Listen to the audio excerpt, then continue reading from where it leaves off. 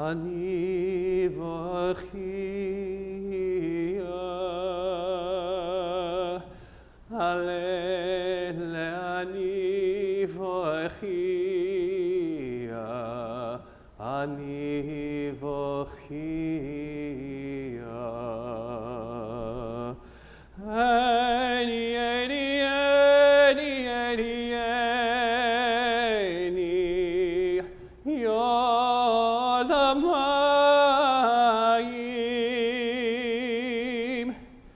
Kirachak mimeni, Menachem Meshiv nafshi. Any, any, any, any, any, Yodamayim,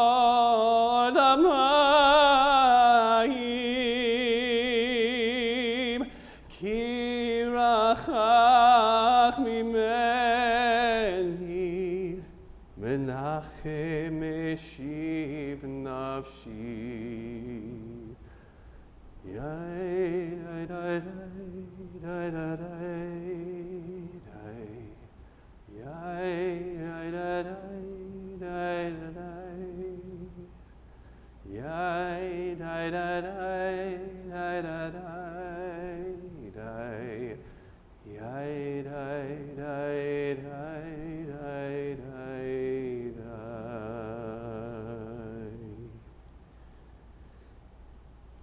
From Lamentations, I weep for these things. My eyes flow with tears. Far from me is any comforter who might revive my spirit. We sit forlornly on the ground, lamenting, yet we do not mourn alone. God clothes the skies with darkness and covers them with sack. God clouds the light of sun and moon and dims the twinkling stars. God rends purple robes and walks barefoot, sits lone and silent as God weeps and asks again, "Where are you?" We read for Tisha B'Av, our cherished litany of loss, written by Rabbi Menachem Creditor. You, Jerusalem, God, your name burns my mouth. Golden watchtowers, heart-pulsing sacred stones, center of the universe. Lion's share of all the beauty that could be. Millions clamor for your love. You, O Jerusalem, eternal city, why do you sit alone? I miss you so very much. I miss you in your absence, long for you because you are not here, because I am not there with you. This is about me, not about you. I mourn for myself when I mourn for you. Just now I walked your streets, wept at your renewed splendor and excessive spenders, cried over the ruins and the ruined people who adorn you. Stones without an end absorb us all, joyful shouts and fallen souls. Estranged brothers and sisters, inches away from each other's hearts. hidden are the divine ledgers of sin, but lists upon lists of right and wrong are still kept. Those ancient stones have witnessed it all. Smothered sigh and fierce anger, ignited faith and craven hunger, brokenness, artistry, ecstasy, and light. Build, burn, burned, dance, eat, eaten, eaten. Jerusalem, Jerusalem, you poor, aching city, you spread your worn hands for help, but there are no comforters who truly listen. You sitting alone under all of us is all of us sitting alone under and on top of each other. 2 temples, 9 days, 3 weeks, 67 2,000, 6 million. All numbers, our cherished litany of loss. You call to all your lovers, but we, one of your beloved lovers, hear only our own name.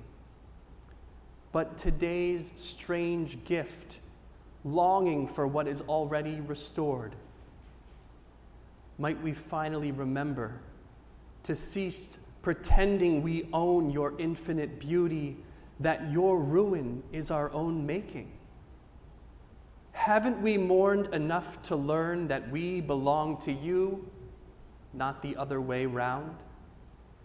Turn us that we might return, for we have forgotten Jerusalem. You burn me. Try to Praise the Mutilated World is a piece by Adam Zagajewski. Try to praise the mutilated world.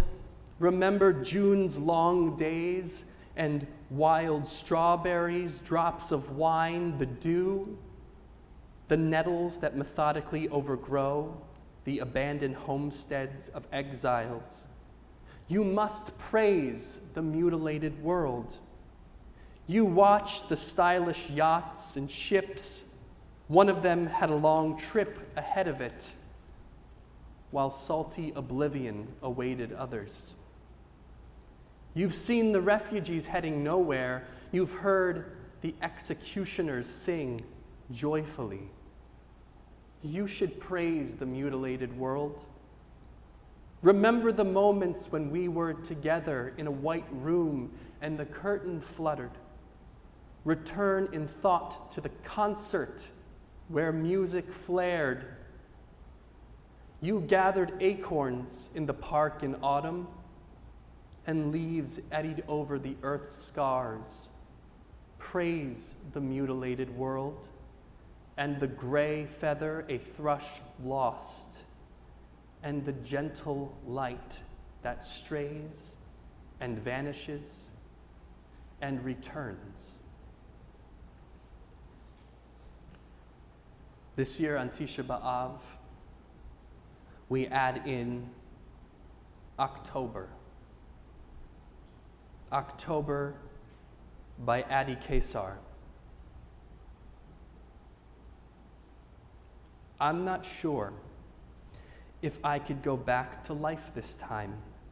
A morning run, bike trip, party, without the face of the dead haunting me. I'm not sure if I could come back alive this time. An empty baby bed, a blanket colored red. What I'm sure of, automatic weapons, fire and smoke, shattered windows and a broken door, sirens going up and down, ashes and wreckage. The world is burning and I am the flames. The hours blended, also the days. At night came the dreams, and the mosquitoes to suck my skin, as from a hidden signal, swirled around me all night, buzzed in the darkness, asked for my blood. And through the night, the air stood still. Between me and the world, not going in and not coming out. In the morning, I opened a window. The sun was shining in the sky. The silence filled the empty streets. I'm not sure if I could ever hear silence that doesn't hide a disaster within.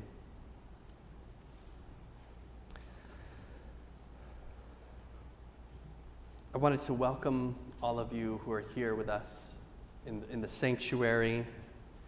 And I know so many are joining us on live stream, so I say hello to you as well as we enter Tisha B'Av,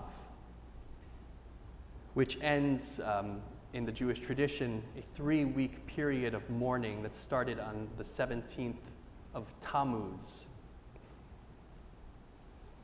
Last year on Tisha B'Av, on the 9th of the month of Av, I commented on how difficult it can be as modern people to put ourselves in a place of mourning on Tisha B'Av, on how difficult it can be to think of 2 ancient temples halfway across the world that stood so long ago and to feel connected. It's difficult how this most sad day of the Jewish year and on the Jewish calendar can feel a bit removed from our contemporary experience, at least in a more macro way as a people. That has all changed a lot this year. Tisha B'Av marks moments of Jewish tragedy and gives them space for us to properly feel or to properly cry out. October 7th, 2023, changed so much for all of us. We have felt in our modern day an attack on Jews and the pain in its wake unlike anything experienced perhaps since the dark, horrible days of the Shoah, of the Holocaust. We have seen in our time now Jewish spaces burned and desecrated. We have seen Jewish people, people of Israel, killed, snatched from their land, taken from their land and their homes. The destruction of the holy temples, if it is a collective Jewish trauma that we felt so far removed from, maybe we can no longer feel so distant. While October 7th was in the month of Tishrei, we can still mourn it on the 9th of Av, as maybe we've been doing anyway before this day. So according to the Mishnah, one of our classical Jewish texts, on Tisha B'Av, we mourn 5 main tragedies that befell the Jewish people on this date. The first, on this day, it is said the sin of the spies, the Meraglim from the Torah, occurred. In the Parsha Shalach Lecha of the book of Numbers, the spies returned from scouting the land of Israel with a negative report. This resulted in them wandering in the desert for 40 years instead of going more directly into the promised land. That's number one. The second main tragedy attributed to this day is the destruction of Solomon's temple, the first temple in Jerusalem. This happened in the year 586 before the Common Era and was led by Nebuchadnezzar and the Babylonians. This destruction was followed by the Babylonian exile, which would be in current-day Iraq. The third tragedy. On this day, it is said the destruction of the second temple took place in the year 70 of the Common Era, this time led by Emperor Titus and the Romans. This was also followed by exile and diaspora, and some would say that we are still living in that second exile to this day. The fourth thing attributed to this day is the day that the Bar Kokhba revolt was crushed. This took place between 132 and 136 of the Common Era. And the last Jewish stronghold, Beitar, was destroyed. This resulted in thousands of Jews being killed. And the fifth occurrence on Tisha B'Av, brought up in our text, is that on this day the Temple Mount was plowed over and rebuilt as what is referred to as a pagan city by the Romans, led by General Turnus Rufus. While these five are traditional, this day has also become one of mourning for other Jewish tragedies that have occurred throughout history, many of which happened on this date, such as the ending of the Spanish Inquisition and the Jewish expulsion from Spain in the year 1492, the declaration of the First Crusade in 1095, and also the outbreak of World War I in 1914, only 110 or so years ago. It is also said on this day, on this 9th of Av, Heinrich Himmler approved the horrific final solution in 1941. And also that the mass deportation of Jews occurred from the Warsaw Ghetto to Treblinka concentration camp. This was said to have occurred on Tisha B'Av, 1942.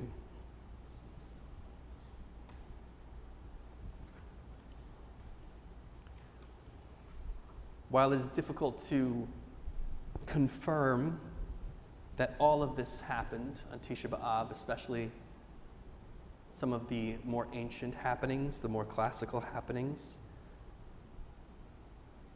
we do take this time and take this space in order to allow ourselves to feel all of the weight and the gravity of what our people have gone through historically. And on this day, we traditionally read kinot, which are sad liturgical poems. And I'm going to read for us one, and you can follow along.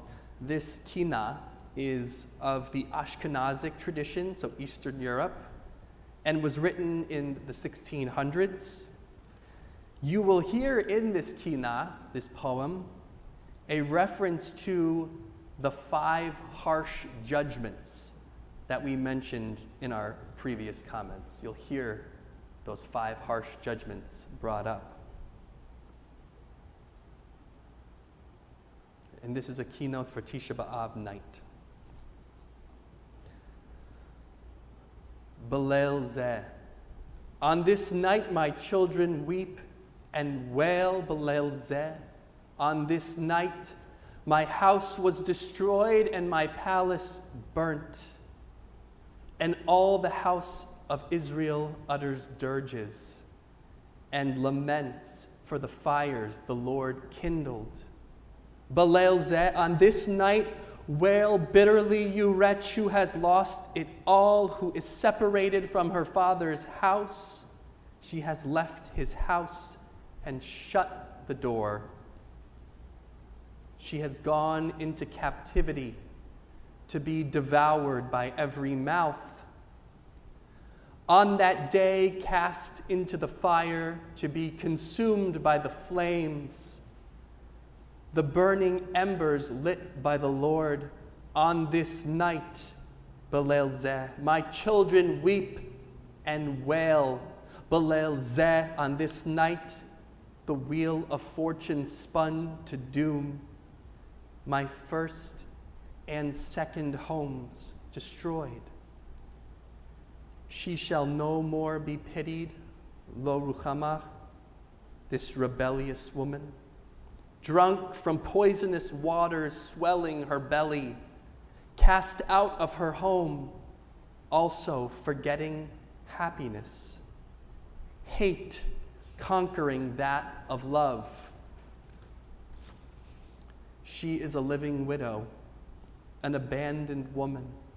And Zion said, the Lord has forsaken me. Belel Zeh, on this night my children weep and wail. Belel Zeh, on this night I am gloomy. The light has dimmed. My holy house is destroyed and the priestly watch discontinued. Belel Zeh, on this night woe covers and encircles me. Also, he declared at this time 5 harsh judgments. Tears shed in vain are established for all generations, for it was brought about by the Lord. Belel Zeh, on this night, my children weep and wail. Belel Zeh, on this night 5 awful tragedies occurred. A decree against our ancestors denying them entry into the Holy Land, afflicting them with everlasting sorrow and evilness, a day destined for everlasting afflictions.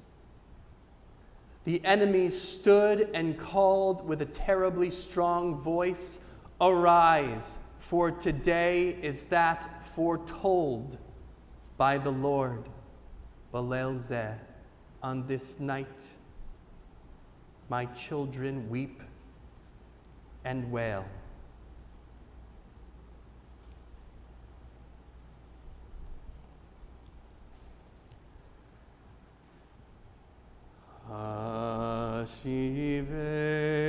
Hashivenu, Hashivenu,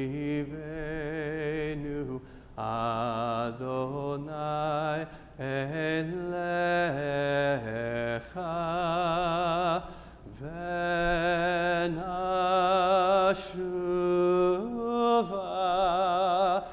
v'nashuva,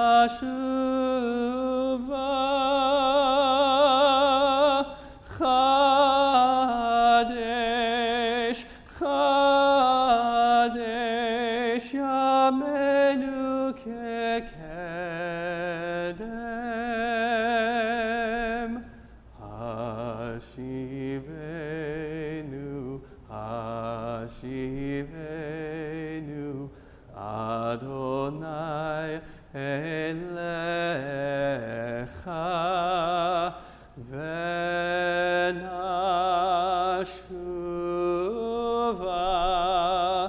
v'nashuva,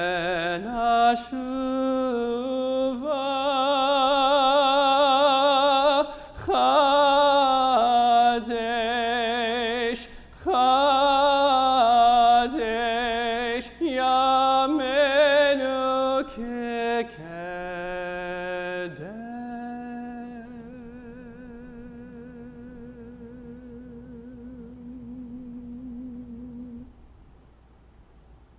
From Eicha, Lamentations, chapter 5, verse 21. Turn us back, O Lord, to you, and we will turn, and we will turn. Renew our days as before. So we have, even through pain and weeping and wailing, hope, and we will end tonight with hope, but not just yet.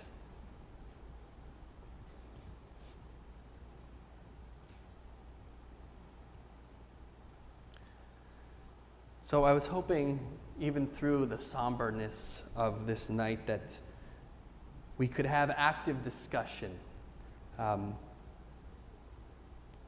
It's not such a negative thing to mourn, I suppose, is the first thing that comes to my head that I don't have written down here. I think a lot of us are used to coming together on Shabbat services where we do have a lot of joy, and we do go through a big range of emotions, but a lot is joy. And we talk about joyful Judaism so much here at Temple Isaiah. And I think part of joy, somehow, is finding space for the entire range of human emotion and celebrating it in its purest form. And we get an extreme on this night, and tomorrow is the day of Tisha B'Av. So I wanted to read a bit here from our Talmud tractate Yoma, and then open it up for some discussion and some questions I have for all of you. So the Talmud discusses the reasons for the destruction of the two temples in Jerusalem. It differentiates between the causes of the first destruction and those of the second. It says, "Why was the first temple destroyed? Because of three things which prevailed there: idolatry, immorality, bloodshed." But why was the second temple destroyed? Seeing that in its time they occupied themselves with Torah, mitzvot, and acts of kindness, because baseless hatred prevailed. Sinat chinam, baseless hatred. This teaches you that baseless hatred is equal to the three sins of idolatry, illicit relations, and murder. So our text claims that the cause of the second temple's destruction was this sinat chinam, baseless hatred. And last year I did a little narrative and talked about the story of two individuals, Kamsa and Bar Kamsa, and how a mistake in name and identity between the two ultimately led to the destruction of the second temple. And if this little mistake in name and who got invited to a party and who didn't is where it starts, if this seems like a stretch that this would lead to a whole temple's destruction, perhaps it intends to show us explicitly how even a seemingly small seed of hatred, just a small seed, and unkindness can grow into massive destruction. And as I brought up before, there is really no getting around the fact that we now live in a post-October 7th world. As Jews, as we see in our texts, we often look inward for the reasons for suffering. Jews say, "What did we do?" But I want to talk a little bit about what happened to us, to our people. So I ask of you, our holy congregation, how do we maintain our holiness, or our aspirations toward holiness, and our aspirations toward v'ahavta l'reacha kamocha, to loving our neighbor or loving our fellow, when we have been the victims, and so recently, of sinah, or hatred? How do we maintain our holiness and also our aspirations for loving our fellow as ourself. Those are big questions, but I wanted to see if that led us anywhere in terms of discussion, if anyone's willing to share any thoughts. Does it make it more difficult? Do we keep doing what we did before now that we have something so raw in our midst? Any thoughts? Give it a minute to think about it.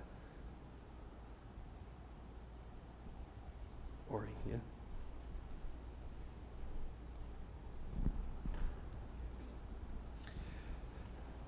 Maybe what led to October 7th is the status quo of what has been going on for generations in the Holy Land, from different circumstances.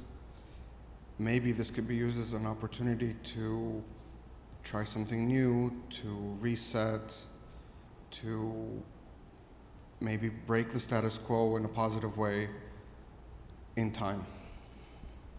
Yeah, thank you. I find this so difficult because I think that a big part of what happened in October 7th really was in the wake of the hatred that was mongering among the Jewish people in Israel with the judicial reform and the sects within Israelis that kind of opened the door to let the enemies of Israel get stronger and stronger, and kind of like what happened at the Second Temple. You know, when we're not united, our enemies can get stronger. And in a lot of ways we haven't learned our lesson because it's happening again, right? The war is still going on, the wounds are still bleeding, the hostages are still there, and the politics and the quarrels are happening still. Yeah. And I don't have a solution, and I'm still very, very angry, and I'm not ready to forgive. I don't know. Thank you. Thanks for sharing that. Appreciate the honest discussion. Does anyone else have any thoughts? So Ori and Heidi, again, sort of, our impulse is to look inward at what it seems like a Jewish impulse for all time. What could we do differently? Which I know last year I brought up can almost seem in today's day and age like victim blaming. But I wonder if that, again, is partly what has kept the Jewish people for so long, is our ability to, every year we do it on the High Holy Days. We go inward, cheshbon hanefesh, we account for our souls. We think about what are we doing? But I thought it was interesting to frame the question as, well, as us as the victims here. Does any of that bring anything else up for anybody?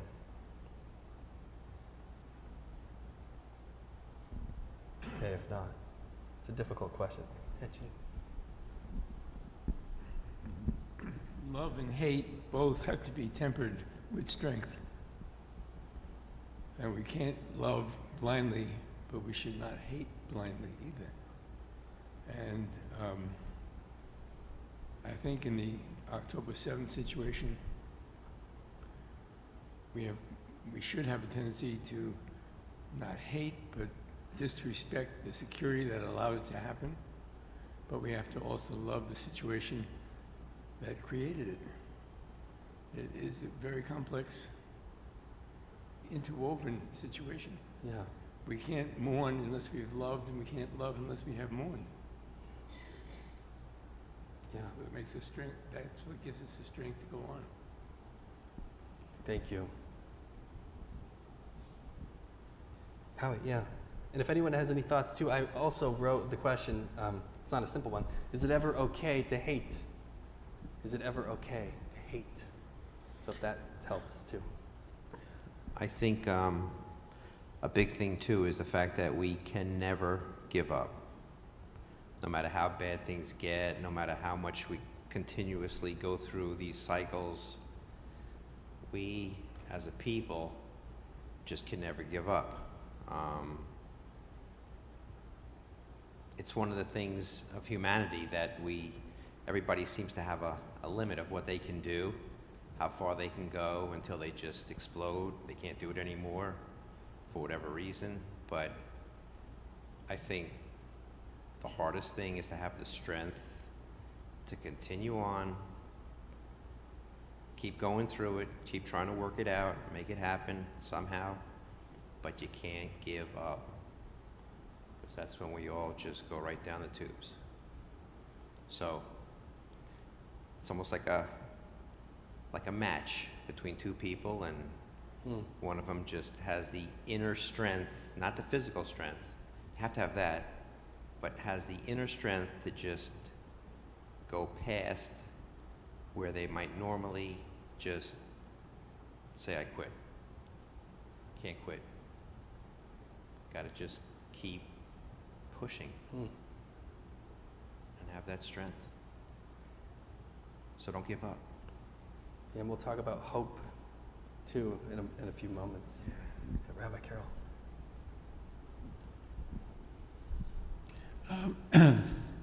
To take another text, I've always found it interesting that in Ecclesiastes, it says there is a time for love and a time for hate. Yeah. That, like, it's okay to hate. I think it depends on what you hate or whom you hate. I mean, there are certain things that I hate to do. I'm happy to say there are very few people that I hate. But there are events that have occurred that I hate. The events can't respond to me, but I can have this overwhelming negative feeling about them, and that doesn't always go anywhere. And then the other text about baseless hatred. I wonder what the opposite of baseless hatred is, and who decides that it's not baseless. Like, are you justified in hating someone or something? Are we justified in hating the people who killed all the people at that music festival? And what do we do with that hate? Where do we go with it? To me, baseless hatred is prejudice. It's a feeling about people that we don't even know, that we decide not simply that we don't like, but it's far worse than that. And we put everybody in the same basket. And I think that comes from people just not knowing each other, not encountering each other in sort of neutral situations. And sometimes we just go with that. And I think, sort of in keeping with what Howie said, we have to fight against that. We have to do what we can to bring people together and to emphasize what we have in common. And I think that's a good way to fight back against baseless hatred. Yeah, thank you. Yeah, Rabbi Fisher, then I'll add it. I certainly could never fault the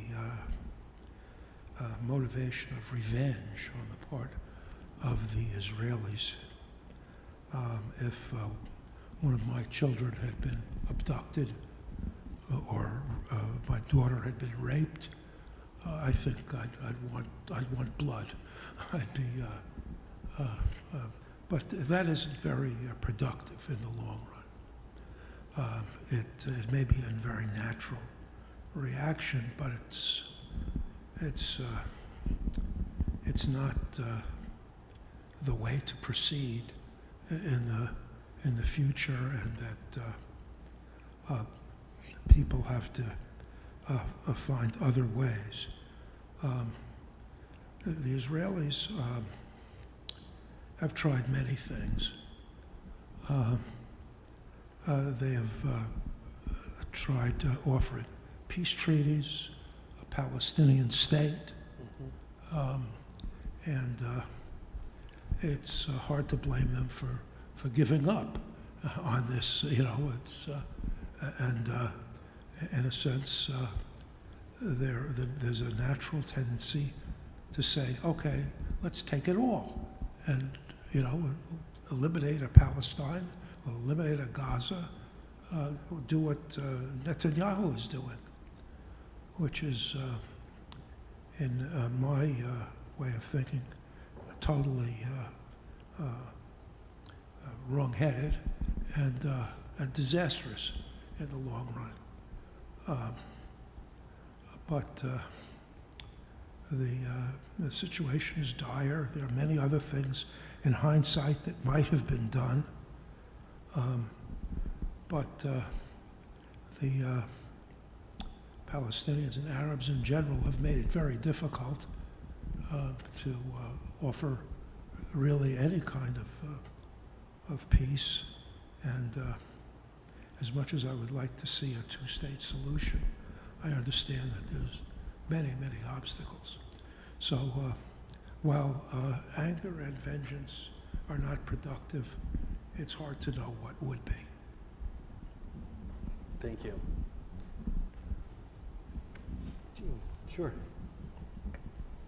Isn't the opposite of blind hatred blind adoration, as we see in our political climate in this country, as apparently happened there? And on the other hand, this war, like probably every war, has successfully instilled hatred on both sides for at least another 2 generations. So we don't have to worry about peace in our lifetime. We pass it on to our grandchildren now, because the 2 sides will hate each other for at least 40 years, as it happens with every war. It's definitely a difficult, to live it is different than to read it too, right? We have our texts. I wrote down a couple of lines even from our text, Ezekiel. I have no pleasure, is God saying, I have no pleasure in the death of the wicked, but that the wicked turn from their way and live. And we have from Exodus, one must assist even one's enemy in transporting their burden, for otherwise they may tarry by the wayside and endanger their life. I have some others if anyone has any comments. In order to learn to subdue one's baser inclinations, one must give priority to aiding the wicked over the good. Then thus the true object of proper hatred, it says here, is the sin, not the sinner, whose life must be respected and whose repentance or teshuvah affected. And then Baruria, who some of you might have heard of, who's the only woman cited specifically in our classical rabbinic texts, the wife of Rabbi Meir. She offered her interpretation of Psalm 104, verse 35, let sins cease out of the earth. And she thereby admonished her husband to pray not for the destruction of sinners, but for their regeneration. It is forbidden to rejoice at the downfall of even those sinners whom it is proper to hate. So, perhaps easier said than done. Rejoice not when thine enemy falleth. Proverbs are one of our wisdom books, chapter 24. So, our texts sort of tell us that classic hate the sin, not the sinner, which can seem like a cop-out. I think, for a lot of people, especially when we feel like we're living it. So, if all of this is true, right, if, there's generations of hatred, and where do we find hope in suffering? Can we find hope in suffering? Even today we'll end with hope. I think it's important to end with hope, always, to acknowledge hurt and pain. But is there hope? I know Howie kind of brought it up. And also anyone online, some people do email me or send me things about this and they're watching. So please feel free to do that again, and I will get back to you. But anyone here? Ori. I follow the news of what goes on in Israel very closely, and there is definitely a cycle of hope in there, where every few weeks they say that there's a new chance that there's going to be a new hostage transfer or exchange, and it always builds up, and then it gets dashed. And it's just, as far as I see it, it's just the only piece of hope that the people of Israel have in this war. Okay. Yeah, thank you. But as to quote a very smart man, that you can't give up, right? I'm quoting you, Howie. You can't give up. You have to keep that hope and believe that goodness will prevail, and really hold on to that that the hostages will be freed, that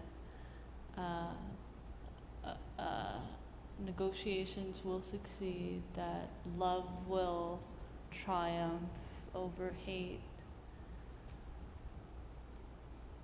Because it must, because that's the kind of God that we follow.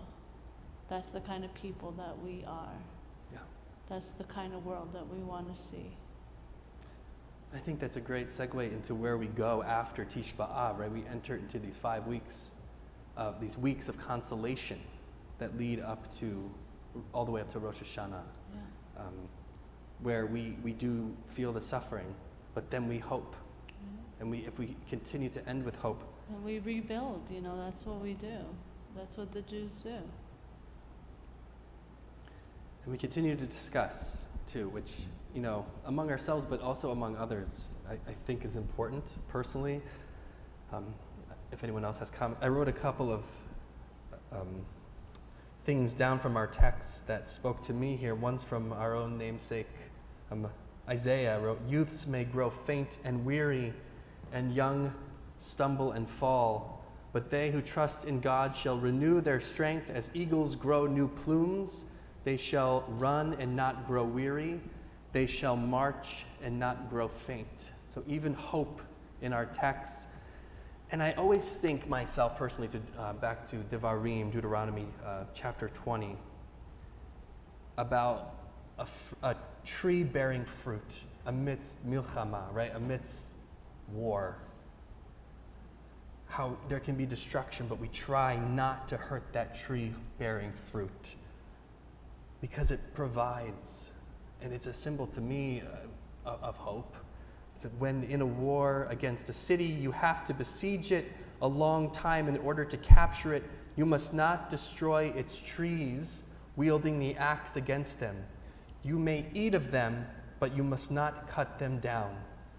Are trees of the field human to withdraw before you into the besieged city? That line always gives me hope for some reason. That even in war, we're supposed to keep life going. Something to reflect on. Thank you all. I really appreciate it. Difficult conversations to have.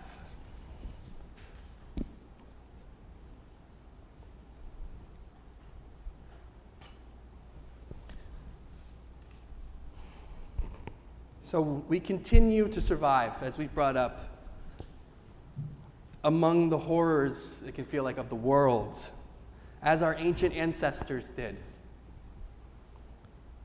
Our tradition still refers to Tisha B'Av as a moed, or a holiday. How can this be? How could this be a holiday? Because with our true Jewish resilience, we try to see the current situation of grief and sadness as the soil that is sowing the seeds of redemption, is what I had written down. And a lot of you brought this up already.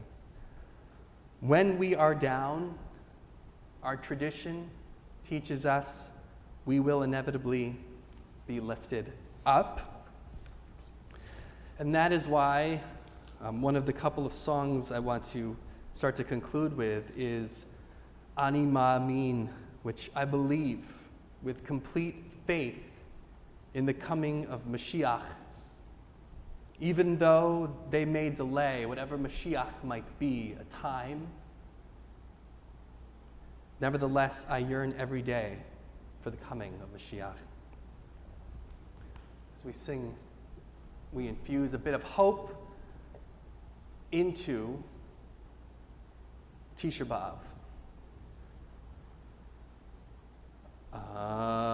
Ani Ma'amin, Ani Ma'amin, Ani Ma'amin, Be'emunah shelema, Be'viat HaMashiach, Be'viat HaMashiach ani ma'amin, Be'viat HaMashiach, Be'viat HaMashiach ani ma'amin, ani ma'amin, ani ma'amin, ani ma'amin, be'emunah shelema, be'viat HaMashiach, be'viat HaMashiach ani ma'amin, be'viat HaMashiach, be'viat HaMashiach ani ma'amin.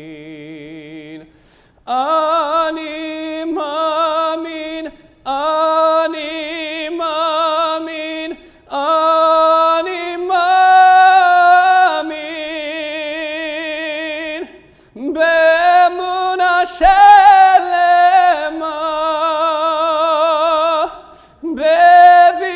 Be'viat HaMashiach, Be'viat HaMashiach ani ma'amin, ve'af al pi she'itmamea, im kol ze ani ma'amin, ve'af al pi she'itmamea, im kol ze ani ma'amin.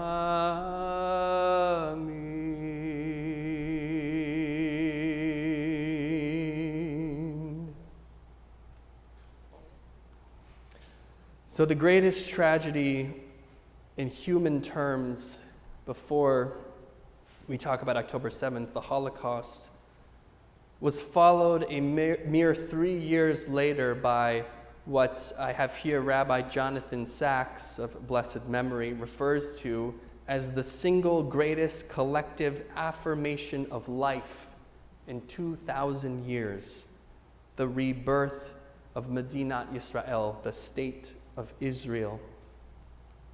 So at this time, I was hoping to bring in our youngest. We have some young congregants who are going to come in with us, who in a lot of ways, not the only way, but they've been working on a craft, a Tisha B'Av specific craft.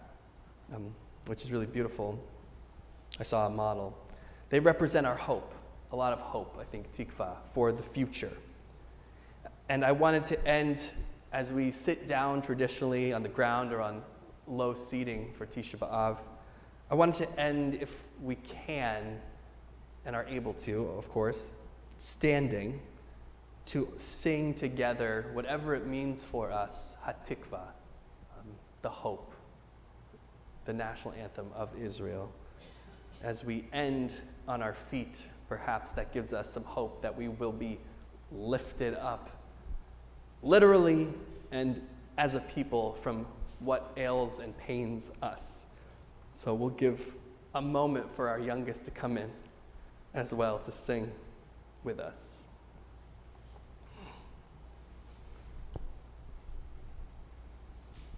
They're coming.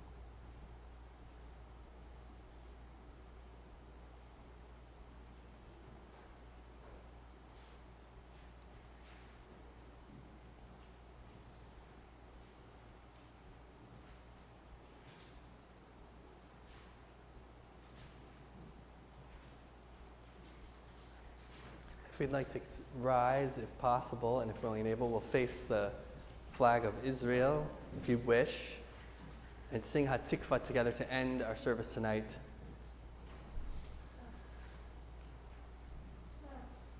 Kol od baleva penima